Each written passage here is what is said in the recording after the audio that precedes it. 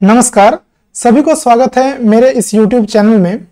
और आज के वीडियो में मैं बताऊंगा कि आप इनकम टैक्स को अपने से कैसे कैलकुलेट कर सकते हैं। और ये आज का वीडियो रहेगा सैलरीड पर्सन्स के लिए, यानी कि जो सेंट्रल गवर्नमेंट या फिर स्टेट गवर्नमेंट या किसी प्राइवेट इंस्टीट्यूशन में सैलरीड पर्सन है, यानी कि उनको हर महीने सैलरी मिलता है, वो अपने इनकम टैक्स का कैलकुलेशन कैसे करेंगे। इस वीडियो को बनाने का मेरा उद्देश्य यही है कि आप अपने से ही अपने इनकम टैक्स को कैलकुलेट कर सकते हैं और फिर अपने ITR को भी फिल कर सकते हैं। आज का जो ये वीडियो है मूलतः है इनकम टैक्स आप कैसे कैलकुलेट करेंगे। तो इसमें मैं बताऊंगा दो तरीका, एक तो है ऑफलाइन और एक है ऑनलाइन। ऑफलाइन में क्या होगा कि अपने आप पेन और पेपर लेके आप अपनी इनकम टैक्स को कैसे कैलकुलेट करेंगे, और फिर मैं बताऊंगा ऑनलाइन प्रक्रिया जहां पे ऑनलाइन टैक्स कैलकुलेटर की मदद से हम अपने इनकम टैक्स को कैसे कैलकुलेट करेंगे। तो इस वीडियो को आप पूरा देखिए, आपका हर एक डाउट आशा करता हूं कि सॉल्व होगा। और अगर फिर भी कुछ डाउट्स रह जाते हैं तो आप मुझे कमेंट सेक्शन में नीचे लिख सकते हैं। तो चलिए आज का वीडियो शुरू करते हैं। लेकिन शुरू करने से पहले एक बात मैं थोड़ा सा बता देता हूं, मेरा रिक्वेस्ट है कि प्लीज इस वीडियो को एक लाइक कर दीजिए और मेरे चैनल को सब्सक्राइब कर दीजिए। तो चलिए देखते हैं। तो पहले मैं यहां पे आपको लेके जाऊंगा इनकम टैक्स का जो नया वेबसाइट, यानी कि जो नया पोर्टल लॉन्च हुआ है, वहां पे मैं आपको लेके चलूंगा। क्योंकि पिछले वाला जो पोर्टल है वो अभी बंद हो गया है और अभी 7 जून से नया पोर्टल चालू हुआ है। तो उसके लिए हम क्या करेंगे, तो पहले गूगल पे जाएंगे और यहां पे लिखेंगे इनकम टैक्स। सिर्फ इनकम टैक्स लिख के हम सर्च करेंगे तो यहां पे जो ये पहला वेबसाइट आ जाता है हमारा इनकम टैक्स इंडिया, ये वाला वो वेबसाइट नहीं है। जो नया वेबसाइट लॉन्च हुआ है वो है सिर्फ incometax.gov.in। तो ये वाला जो वेबसाइट है www.incometax.gov.in, तो यही है ऑफिशियल इनकम टैक्स का भी वेबसाइट, जो कि अभी अभी लॉन्च हुआ है, 7 जून को लॉन्च हुआ है। और ये देखिए, ये जो वेबसाइट है ये खुल गया है। तो यहां से पहले कुछ डिटेल्स हम देखते हैं जो हमको चाहिए। तो पहले हम देख लेते हैं कि टैक्स स्लैब क्या है और फिर देखेंगे कि हम सैलरी को कैसे कैलकुलेट करेंगे। तो पहले मैं टैक्स स्लैब थोड़ा सा मैं दिखा देता हूं पहले, तो इसको जरा लोड होने दीजिए थोड़ा सा। तो देखिए यहां पे आप क्लिक करेंगे इंडिविजुअल में और फिर यहां पे आएगा सैलरीड एम्प्लॉयज और फिर यहां पे हम जाएंगे टैक्स स्लैब्स में। तो देखेंगे हम कि कितने इनकम पे, मतलब कितना इनकम टैक्स आपको देना पड़ेगा। देखिए जो लोग सैलरीड पर्सन है उनका 60 साल से नीचे उम्र रहता है, तो ये हम देखेंगे, ये वाला जो है हमारा टैक्स स्लैब। तो यहाँ पे देखिए दो तरीके की चीज है, एक है एग्जिस्टिंग टैक्स रिजिम और एक है न्यू टैक्स रिजिम। देखिए अभी जो नया वाला जो एक टैक्स रिजिम निकला है, इसमें आपका क्या है कि थोड़ा सा टैक्स तो कम कर दिया है, लेकिन जो डिडक्शंस आपको मिलते हैं, यानी कि मूल जो ग्रॉस सैलरी जो डिडक्शन आप लेते हैं, जैसे कि PPF में कुछ जमा किए या LIC में कुछ जमा किए, वो डिडक्शन आप इसमें नहीं ले पाएंगे। ज्यादातर केस में क्या देखा गया है कि जो पुराना जो टेक्निक है, पुराना जो टैक्स रिजिम है, यानी कि पुराने टेक्निक से जो हम टैक्स कैलकुलेट करते थे, उसी में फायदा होता है। लेकिन कुछ लोगों को हो सकता है नए जो रिजिम है, इस नए रिजिम में फायदा हो जिनका इन्वेस्टमेंट कम है। तो यहाँ पे आप देख सकते हैं कि जिनका मतलब इनकम 2.5 लाख से नीचे, उनको कोई टैक्स नहीं देना पड़ेगा। और जिनका 2.5 लाख से 5 लाख तक है, उनको क्या है कि 5% टैक्स अबव 2.5 लाख, यानी कि 2.5 लाख से ऊपर है जितना आपका इनकम 5 लाख के अंदर, उसमें आपको 5% टैक्स देना पड़ेगा। और यहाँ पे आप नए रिजिम में देख सकते हैं, यहाँ पर भी 5% टैक्स आपको देना पड़ेगा। फिर अगर 5 लाख से 10 लाख के बीच आपका सैलरी है, ईयरली सैलरी, तो फिर आपको क्या देना पड़ेगा कि 12,500, यानी कि ये जो 2.5 लाख से 5 लाख तक का है, इसका बनता है 5%, 12,500 बनता है। इसके अलावा जो ये जो आपका जो 2.5 लाख के जो ऊपर वाला होगा, सॉरी ये जो 5 लाख के ऊपर वाला होगा, 5 लाख से 10 लाख, उसका आपका 20%, देखिए 20% अबव ₹5 लाख। 5 लाख के ऊपर में जो भी आपका सैलरी रहेगा उसका 20% लगेगा। और यहाँ न्यू टैक्स रिजिम में आप देख सकते हैं इसका रेट इस तरह से है। और अगर 10 लाख से आपका ऊपर सैलरी है तो आपको इतना 1,12,000 और 30% अबव 10 लाख, तो इतना आपको पे करना होगा। और ये नया जो टैक्स रिजिम है, इसको भी आप लोग देख सकते हैं। सीनियर सिटीजन के लिए थोड़ा सा अलग हो सकता है, लेकिन हम यहाँ पे फोकस में रहेंगे कि 60 साल तक में आप मतलब कि टैक्स को कैसे फिल कर सकते हैं। तो यहां मैं बताऊंगा कि सैलरी आप पहले कैसे कैलकुलेट करें, मतलब आपका आपको पहले क्या काम करना होगा कि पहले आपका जो सैलरी स्लिप है वो आपको डाउनलोड करना होगा। देखिए इनकम टैक्स जो कैलकुलेट होता है वो एक फाइनेंशियल ईयर में कैलकुलेट होता है, तो वो मैं थोड़ा सा आपको बता देता हूं। देखिए इनकम टैक्स का जो कैलकुलेशन होता है वो फाइनेंशियल ईयर, अब फाइनेंशियल ईयर जो है मान लीजिए जैसे इस साल का जो फाइनेंशियल ईयर होगा वो होगा 2020 से 2021। इसका मतलब है कि आपका जो है मार्च 20 से आपका जो अप्रैल, मार्च 20 से आपका, एक मिनट, सॉरी, यहां पे आप देख सकते हैं कि जो आपका फाइनेंशियल ईयर 2020 टू 21 ये कैसे कैलकुलेट होगा। तो यहां पे आपका जो मतलब सैलरी आपके अकाउंट में आया है कहां से कहां तक, वो है आपका 1 अप्रैल 2020 से आपका 2020 है, वहां से आपका जो है आपका 31 मार्च और 2021, ये जो टाइम पीरियड है 1 अप्रैल 2020 से 31 मार्च 2021, इसके बीच में जो भी सैलरी आपके अकाउंट में आया है वो होगा आपका ग्रॉस सैलरी एनुअल, मतलब कि पूरे साल में वो आपका ग्रॉस सैलरी होगा। देखिए इसको आप कैलकुलेट कैसे करेंगे, आपको क्या करना है कि अप्रैल का जो पहला महीना है यानी कि मार्च 20 से आपको फरवरी 21 है ना, मार्च 2020 से फरवरी 21, इसका आपको सैलरी स्लिप निकाल लेना होगा। क्योंकि देखिए मार्च का सैलरी आता है अप्रैल में और ये जो फरवरी का सैलरी वो आ जाएगा मार्च में, है ना, और ये मार्च का आता है अप्रैल में। इसलिए अगर आप मार्च 20 से फरवरी 21 इसका अगर सैलरी स्लिप आप निकाल लेंगे तो वहीं से आपका जो पूरा कैलकुलेशन वो हो जाएगा। तो ये तो हो गया फाइनेंशियल ईयर। और असेसमेंट ईयर क्या होता है, असेसमेंट ईयर जो होता है वो होता है फाइनेंशियल ईयर के नेक्स्ट वाला जो ईयर है वो, यानी कि इस साल का असेसमेंट ईयर होगा। इस साल का अगर आप आईटीआर फिल करते हैं जिसका लास्ट डेट अभी है आपका 31 जुलाई 2021, तो असेसमेंट ईयर आपका हो जाएगा 2021 से 2022 हो जाएगा, 2021 से 2022 तक हो जाएगा, ये आपका असेसमेंट ईयर हो जाएगा, एक साल आगे। तो मैं यहां पे बता दूं कि आप सैलरी कैलकुलेट जो मेन चीज कहां से होता है वो है आपका ग्रॉस सैलरी से होता है। कहां से होता है, वो आपका ग्रॉस सैलरी होता है। तो आप सैलरी स्लिप में अपने देखेंगे कि आपके जो ग्रॉस सैलरी है वो कितना है, उस पे मेनली यहाँ पे काम होता है। लेकिन हाँ यहां मैं बता दूं कि ग्रॉस सैलरी का जो टोटल सैलरी उस पे टैक्स नहीं लगता है, उसमें कुछ डिडक्शंस होते हैं। उस डिडक्शंस को निकालने के बाद जो आपका इनकम बच जाता है उसको कहते हैं हम टैक्सेबल इनकम। देखिए ये जो टर्म है ये बहुत ही इंपॉर्टेंट है, टैक्सेबल इनकम। तो टैक्सेबल इनकम क्या होता है, बेसिकली आपका जो ग्रॉस सैलरी होता है ना उससे आप डिडक्शंस अगर निकाल देंगे, यानी कि जो भी आप इन्वेस्ट किए हैं या फिर जो भी आपका एनपीएस में कटा है, अगर सेंट्रल गवर्नमेंट एम्प्लॉय है या स्टेट गवर्नमेंट तो उसमें आपका एनपीएस कटता है या ईपीएफ कटता है, तो वो सब आपका डिडक्शंस में आ जाता है क्योंकि उस पर इनकम टैक्स नहीं लागू होता है। या फिर आप कोई डोनेशन दिए है, कोई हेल्थ इंश्योरेंस लिए हैं, तो वो सब डिडक्शंस होने के बाद जो आपका सैलरी बच जाता है उसको कहते हैं हम टैक्सेबल इनकम, यानी कि ये जो इनकम है इस पे आपको टैक्स लगेगा। और ये मैं टैक्स स्लैब जैसे मैं बात कर रहा था यहाँ पे, जो ये जो टैक्स स्लैब है इसमें आपको जो मिलता है यहाँ पे जो टैक्स लगता है, इस पे आप अगर कैलकुलेट करते हैं ऐसे और आपका जो टैक्सेबल इनकम है वो अगर बिलो 5 लाख आ जाता है, ध्यान से सुनिए, अगर डिडक्शंस के बाद आपका टैक्सेबल इनकम 5 लाख से नीचे आ जाता है तो आपको टैक्स पे नहीं करना पड़ेगा, यानी कि आपका टैक्स जो होगा 0 होगा। तो आप ये कैसे कर सकते हैं, आप ये इन्वेस्टमेंट करके कर सकते हैं। तो कुछ इन्वेस्ट कीजिए और ऐसा कीजिए कि ताकि ये जो आपका ग्रॉस ये जो टैक्सेबल इनकम है वो 5 लाख से नीचे आ जाए ताकि आपका 0 टैक्स हो जाए। लेकिन हाँ जिनका सैलरी ज्यादा है उनके लिए ये पॉसिबल नहीं होगा कि टैक्स 0 कर पाए। तो चलिए अब हम देखेंगे, एक सैंपल लेंगे और वहां पे हम देखेंगे कि हम जो इनकम टैक्स है उसको कैसे कैलकुलेट कर सकते हैं। तो अभी हम एक सैंपल लेंगे और एक सैंपल का यहाँ पे देखेंगे। तो चलिए मान लीजिए कि एक साल में आपका जो ग्रॉस सैलरी है वो है 7 लाख। 7 लाख, तो ये 7 लाख मान लीजिए आपका ग्रॉस सैलरी है। अब पहले इनकम टैक्स कैलकुलेट करने से पहले ही एक डिडक्शन हो जाता है जिसको कहते हैं हम स्टैंडर्ड डिडक्शन, एसडी।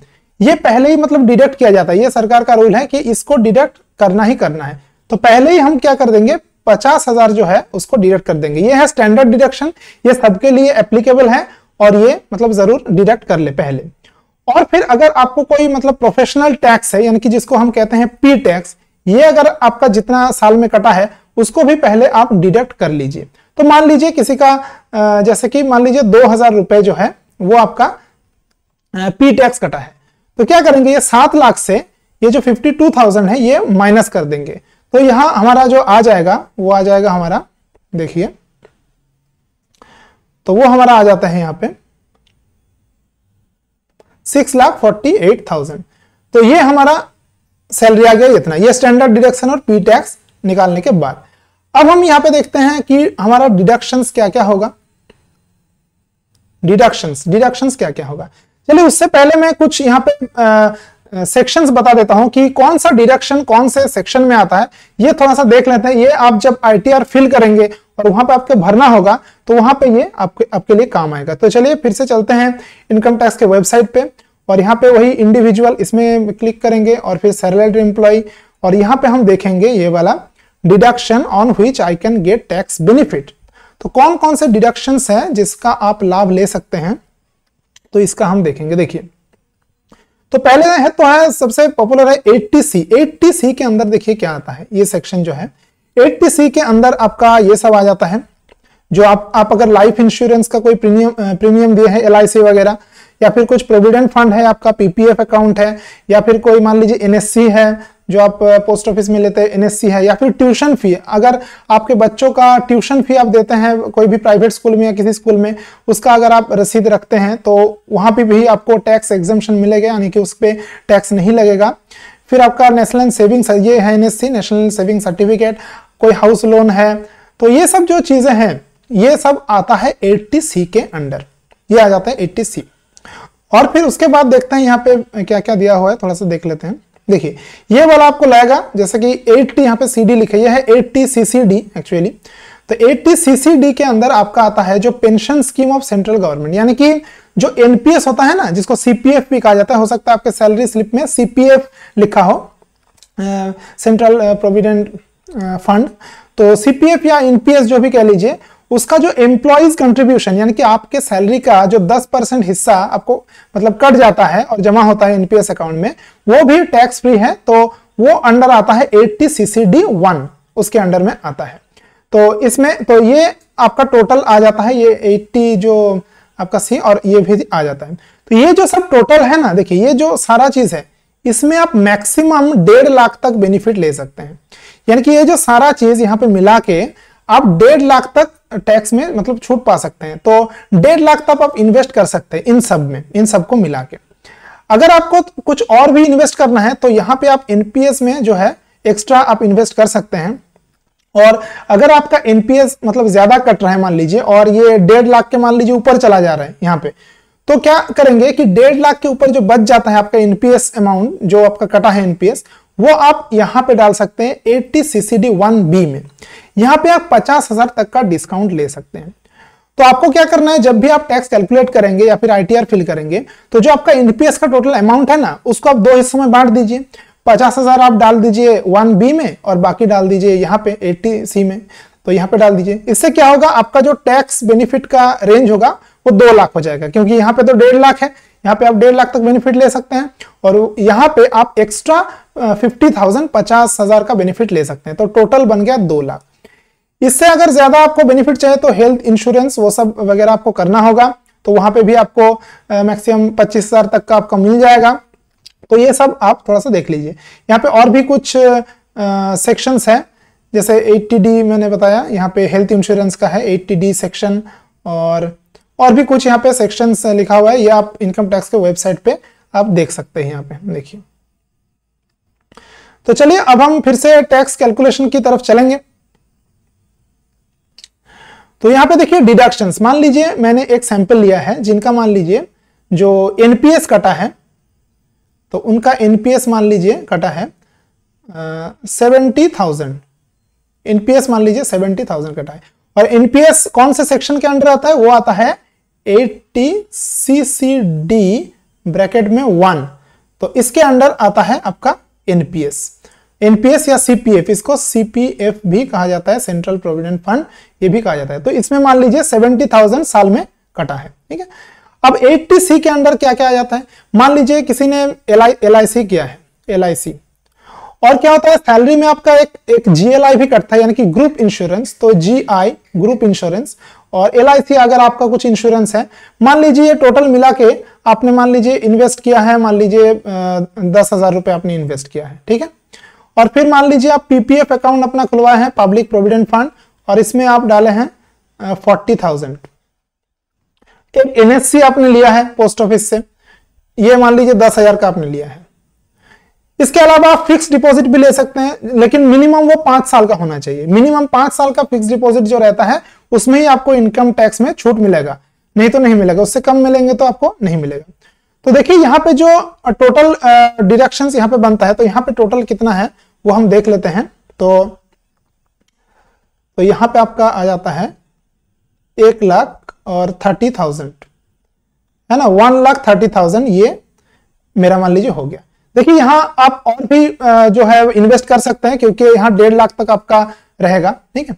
तो ये आप कर सकते हैं। और यहाँ पे मैं 80C, ये जो देखिए ये जो सारा है ना, ये आपका 80C के अंदर आ जाता है, 80C। अगर और भी आपको कुछ इन्वेस्ट करना है तो वो भी कर सकते हैं। तो यहाँ पे 80CCD1B वाला जो है, यहाँ पे मैंने बताया था कि इसमें आप 50,000 तो ले सकते हैं, लेकिन यहाँ पे मान लीजिए मैंने नहीं किया है, तो इसको अभी मैं इग्नोर करता हूं। अगर यहाँ पे आप ज्यादा इन्वेस्ट करके रखें PPF ये सब में, और ये आपका 1.5 लाख क्रॉस हो जा रहा है, तो आप क्या करेंगे, बाकी का जो अमाउंट है NPS वाला, ये जो आपका NPS है, इसको आप बाकी यहाँ पे डाल सकते हैं, 80CCD1B में आप डाल सकते हैं, ठीक है। तो इससे आपका टैक्स कम हो जाएगा। तो ये एक हो गया। अब हम क्या करेंगे, ये जो हमारा ये जो सैलरी है, ये सैलरी है यहाँ पे आया, इससे हम इसको भी माइनस कर देंगे। तो इससे हम क्या करेंगे कि 1,30,000 जो है ये भी हम माइनस कर देंगे। तो ये आपका कितना आ जाएगा देखते हैं, ये आपका आ जाएगा, एक मिनट इसको अलग कर दें। तो ये आपका यहाँ पे आ जाएगा, तो एक मिनट, तो यहां पे आपका हो जाएगा ये 8 और ये 1 और ये हो गया 5। तो देखिए 5,18,000 क्या है, 5,18,000 रुपए ये आपका आ गया। इसको हम कहते हैं, अभी मैंने बताया, इसको कहते हैं हम टैक्सेबल इनकम। क्या कहेंगे हम इसको, टैक्सेबल इनकम। तो इस पे अब हमको टैक्स देना होगा, तो इस पे हमको टैक्स देना होगा। तो देखिए जो टैक्स स्लैब के अनुसार हमारे पास क्या है कि जो 0 से 2.5 लाख तो कोई टैक्स नहीं लगता, लेकिन ये हमारा कौन से रेंज में आ जाएगा, 5 लाख से जो 10 लाख का रेंज है, इसमें हमारा सैलरी आ गया। तो इसमें हमको क्या करना होगा कि पहले तो देखिए 2.5 लाख से आपका 5 लाख जो है उसमें आपको 5% टैक्स देना होगा, यानी कि 2.5 लाख मैं लिखता हूं, 2.5 लाख, इसका 5% 5/100। तो इसको कैलकुलेट करते हैं, देखते हैं कितना होता है। तो ये आप देख सकेंगे, ये 12,500 रुपए होगा। तो ये आपका 2.5 लाख से 5 लाख तक हो गया। अब 5 लाख के बाद कितना आपका बच रहा है, 18,000। तो ये जो 18,000 है, इस पे आपको 20% टैक्स देना होगा। देखिए अगर मैं थोड़ा सा दिखा देता हूं, यहां पे आपका टैक्स स्लैब जो है, देखिए कहां गया, देखिए यहां पे, देखिए ये वाला जो रेंज है, तो यहां पे 12,500 आपका लगा, और उसके बाद 20% अबव 5 लाख। तो 5 लाख के ऊपर में आपको 20% देना होगा। तो 18,000 रुपए का 20%, तो 20/100 करेंगे। तो फिर हम देखते हैं कि ये कितना आ जाता है हमारा। तो ये हमारा आ जाएगा, ये 0 हो गया, ये 0 हो गया, तो ये 3,600 रुपए, 3,600 रुपए का। तो टोटल हमारा कितना हो जाता है, 12,500 और 3,000 हमारा 600। तो ये टोटल कितना आ जाएगा, तो फिर ये हमारा जो है टोटल कितना हो जाएगा, टोटल जो है आपका, एक मिनट में नेक्स्ट पेज पे इसको ले लेता हूं, 12,500 3,600। देखिए तो 12,500 और 3,600, तो ये हमारा हो जाता है 6 और सॉरी ये हमारा आ जाएगा, ये हो जाएगा हमारा जो है ये 0 और ये 0 और 6 5 11 और ये 2, ये 6 हो गया और ये 1 हो गया, तो 16,100 रुपए। तो ये जो 16,100 रुपए ये आपका आ गया टैक्स, ये आपका टोटल टैक्स आ गया। लेकिन इस टैक्स के ऊपर एक सेस भी लगता है। सेस क्या होता है? सेस होता है टैक्स के ऊपर एक और टैक्स। जितना आपका टैक्स बनता है उसके ऊपर एक एजुकेशनल और डेवलपमेंट कुछ सेस लगता है। तो ये सेस आपका 4% लगता है। कितना? 4% लगता है। तो 16,100 का 4% हम निकालेंगे, कितना होता है?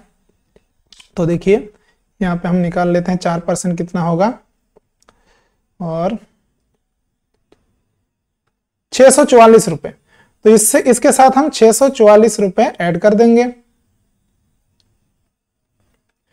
तो 16,744 रुपए। तो ये आपका आ गया टोटल टैक्स। मतलब इतना टैक्स आपको पे करना होगा, है ना, इतना टैक्स आपको पे करना होगा। और आपका देखिए अगर सैलरी आपका थोड़ा सा मतलब कम रेंज में है तो आप इसको टैक्स 0 भी कर सकते हैं। कैसे करेंगे?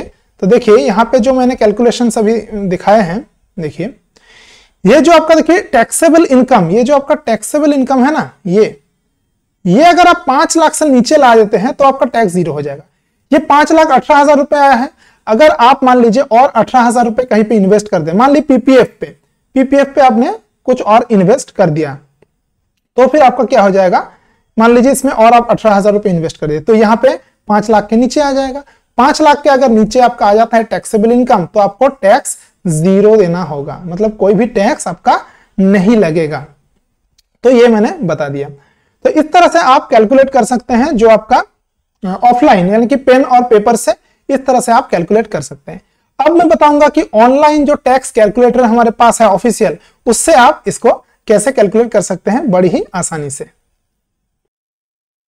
तो देखिए ऑनलाइन टैक्स कैलकुलेटर आपको कैसे मिलेगा? तो आप पहले गूगल में जाइए आपके ब्राउजर में, और गूगल पे जाके आप लिखिए इनकम टैक्स कैलकुलेटर। मैंने यहाँ पे लिखा हुआ है इनकम टैक्स कैलकुलेटर, आप ऐसे सर्च कीजिएगा। तो देखिए ये वाला जो वेबसाइट है इस पे आपको मिलेगा www.incometaxindia.gov.in। ये वाला जो आपका है इसमें आप जाइएगा, दूसरे किसी वेबसाइट में मत जाइएगा।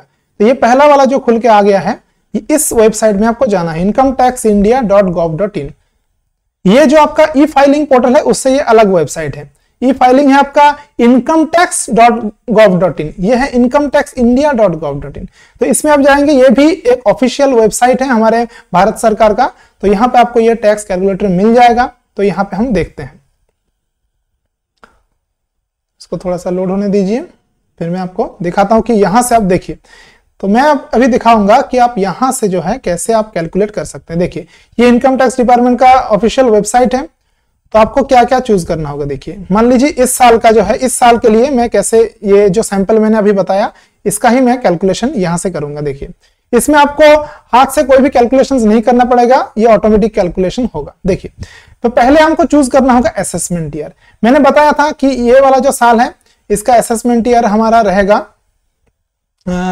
2021-22 रहेगा, क्योंकि फाइनेंशियल ईयर है 2020-21, तो इसका असेसमेंट ईयर 21-22 होगा। फिर टैक्स पेयर में आप डालेंगे इंडिविजुअल, यानी कि आप अपना पर्सनल टैक्स पे कर रहे हैं। और ये वाला जो है whether opting to taxation under section this. तो देखिए ये जो 115 BAC है ये न्यू टैक्स रेजिम के लिए है, यानी कि जिसमें मैंने बताया था कि इसमें आपको टैक्स स्लैब में हो सकता है कुछ छूट दिखे, लेकिन आप कोई भी डिडक्शंस क्लेम नहीं कर सकते। आप कुछ भी इन्वेस्ट करेंगे उसका जो डिडक्शन है, यानी कि वो जो इनकम टैक्स के बाहर जो आता है, वो आप उसका बेनिफिट नहीं ले सकते। तो यहाँ पे मैं पुराना जो प्रोसेस है उसी में कैलकुलेट करूंगा।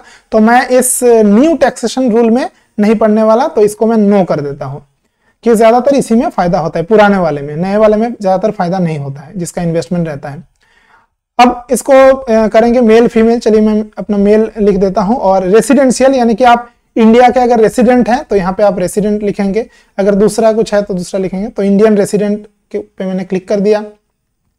और अभी देखिए ये क्या है, देखिए यहाँ पे आपको डालना है इनकम फ्रॉम सैलरी, और income from salary after standard deduction of 50,000।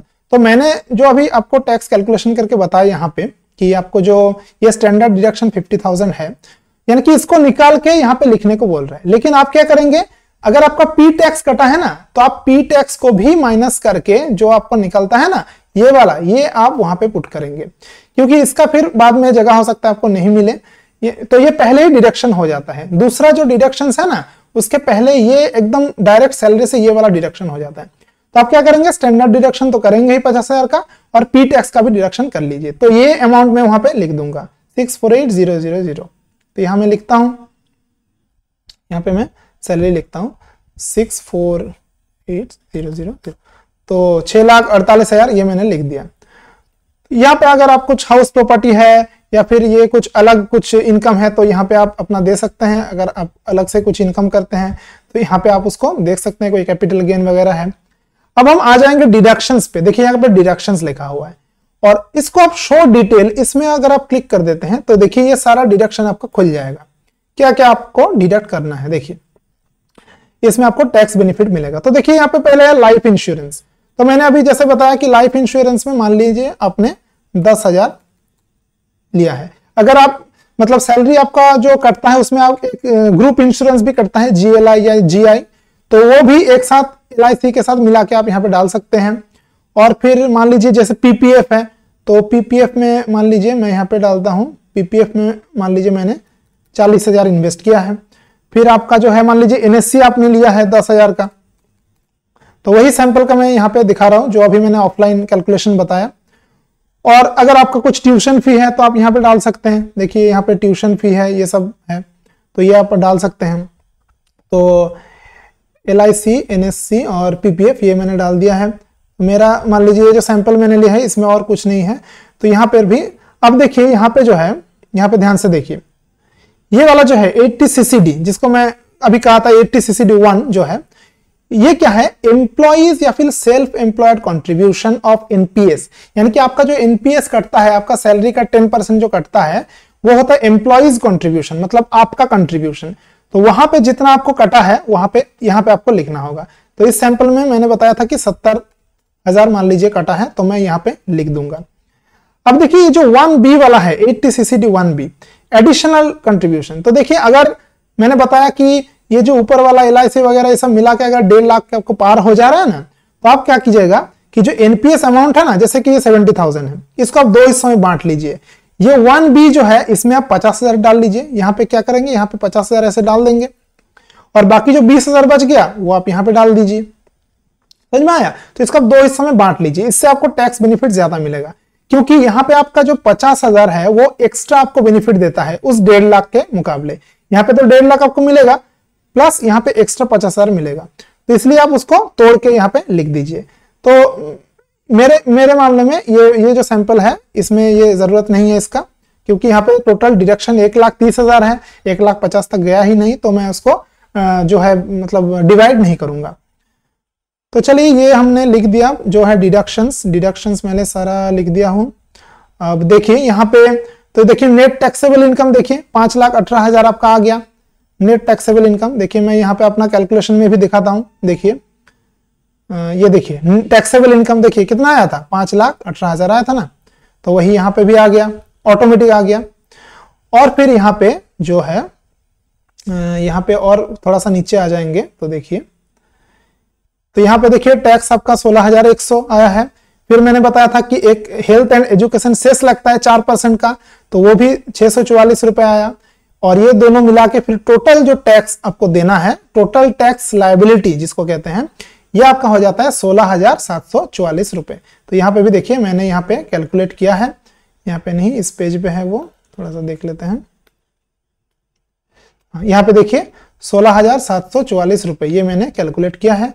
तो यहाँ पे भी देखिए ऑटोमेटिक कैलकुलेशन आ जाता है, इसमें कोई भी गलती नहीं होगी क्योंकि ये कंप्यूटर जनरेटेड ऑटोमेटिक सिस्टम है। तो यहाँ पे बिल्कुल सटीक आपका इनकम टैक्स जो है निकल के आएगा। अब यहाँ से देखिए यहाँ पे आपका फायदा क्या है कि आप टैक्स को मिनिमम कैसे कर सकते हैं, इस पे आप एक्सपेरिमेंट कर सकते हैं। जैसे कि मान लीजिए मैं क्या करता हूं कि यहाँ पे मैं थोड़ा सा कंट्रीब्यूशन बढ़ा देता हूं। मान लीजिए 40,000 यहाँ पे डाला है ना, मैं यहाँ पे चलिए अगर और 20,000 डाल देता हूं, क्योंकि देखिए यहाँ पे मेरा टैक्सेबल इनकम है कितना, 5,18,000। इसको मैं अगर 5 लाख से नीचे कर पाऊं ना तो मेरा टैक्स नहीं लगेगा। तो मैं क्या करूंगा और 20,000 मैं ऐड कर देता हूं यहाँ पे। तो देखिए मैं कैसे टैक्स को कम करूंगा, देखिए तो यहाँ पे मैं पीपीएफ में मान लीजिए 60,000 में डाल देता हूं, यहाँ पे 40 की जगह पे मैं 60,000 लिख दिया, तो 20,000 बढ़ गया, है ना, 20,000 बढ़ गया। तो यहाँ पे देखिए 1.5 लाख तक मुझे मिलेगा, तो मैं क्या करूंगी, एनपीएस को डिवाइड कर दूंगी। यहाँ पे 70,000 मेरा एनपीएस कटा है ना, तो यहाँ पे मैं दे देता हूं 20, यहाँ पे मैं 20 दे देता हूं और यहाँ पे मैं 50 दे देता हूं। ये मैंने 50,000 डाल दिया। अब मैं ज्यादा बेनिफिट ले सकता हूं। एक मिनट थोड़ा सा,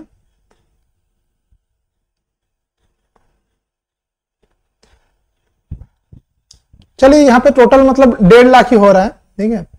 तो इस क्योंकि मुझे जरूरत नहीं है इससे ज्यादा करने की, तो देखिए, तो यहां पे आप देख सकते हैं कि जो मेरा टैक्सेबल इनकम है, देखिए 4,98,000 आ गया, यानी कि ये 5 लाख से नीचे आ गया।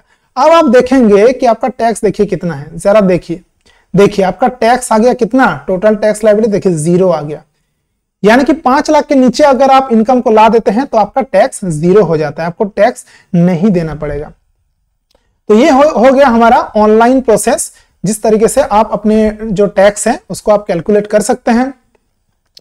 तो ये दोनों प्रोसेस आप बताइए कि आपको कैसा लगा। अगर आपको कोई भी डाउट है तो मुझे कमेंट सेक्शन में बताइए कि आपको कौन सा चीज समझ में नहीं आया है, मैं इसका जवाब जरूर दूंगा। और इस वीडियो को ज्यादा से ज्यादा शेयर कीजिए, जो इनकम टैक्स जिनको भरने में प्रॉब्लम हो रहा है, कैलकुलेट करने में प्रॉब्लम हो रहा है, उनको बताइए कि कैसे मतलब ये कैलकुलेशन होता है। इस वीडियो को जरा शेयर कर दीजिए और मेरे चैनल को सब्सक्राइब कर दीजिए। और देखिए आईटीआर अभी फिल करने का लास्ट डेट मैं बता देता हूं, 31 जुलाई 2021 है, तो आप समय पे अपना आईटीआर फिल कर लीजिए। यही वेबसाइट से आपका आईटीआर फिल होगा। ये वेबसाइट नया लॉन्च हुआ है, मैं बता देता हूं, इसका वेबसाइट का लिंक है, देखिए www.incometax.gov.in। यहाँ पे आप अपना लॉगिन करेंगे, लॉगिन के बाद आपको आईटीआर फिल करना होगा। तो चलिए आज के वीडियो में यही तक है। Thanks a lot for watching my video.